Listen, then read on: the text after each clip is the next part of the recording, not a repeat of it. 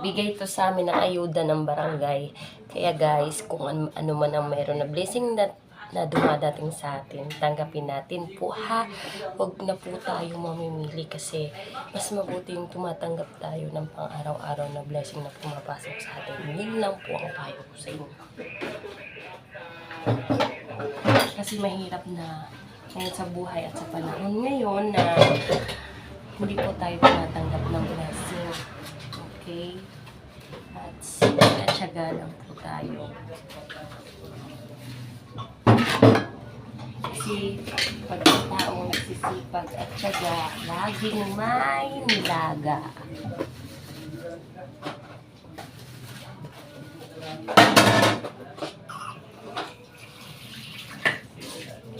Meta, ikaw nang bahala sa akin, Meta! Yun sa Facebook.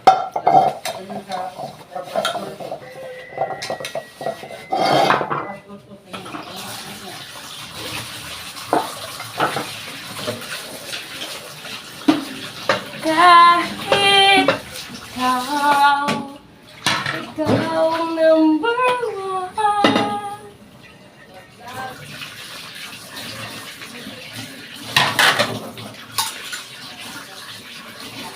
Ganito lang po ako sa araw-araw, tulong lang po sa bahay, tapos pag umalis sa barangay, ganun lang po.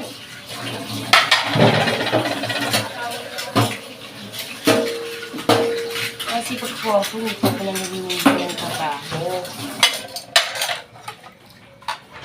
Kasi kami ko na yung check. Ras.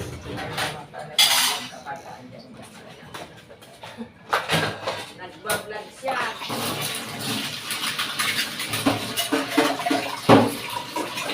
Oo, nagbablog ako at naghuhugas ng pinggan.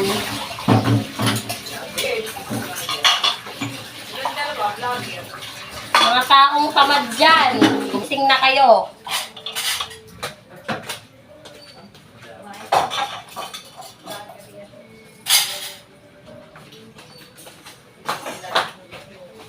Puro nanay ang pinapakabaho mo guys. Kasi mga nanay natin, minsan pagod na din sa hanap buhay.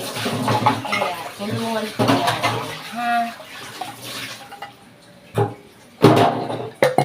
Mahirap mawalan ng nanay katulad ko. Mamumula ako sa isang nanay ko na nawala sa buhay ko.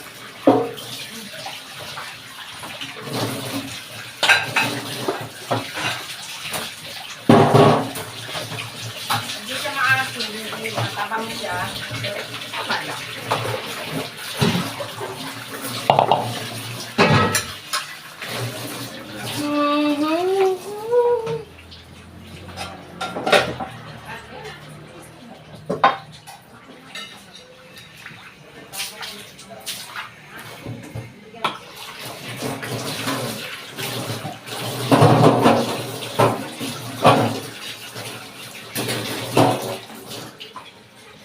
Sabihin mo, Sita.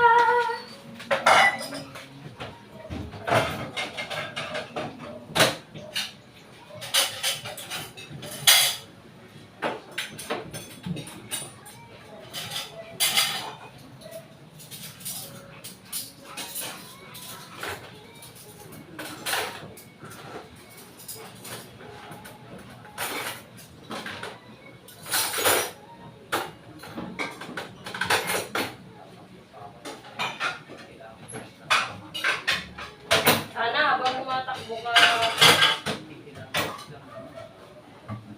nag-vlog ka.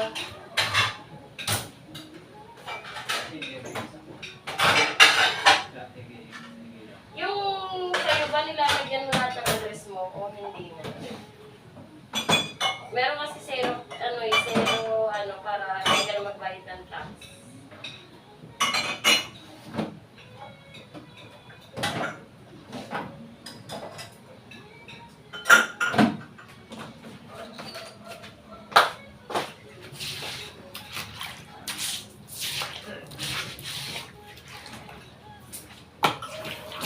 Diba? Tapos na ako sa trabaho ko.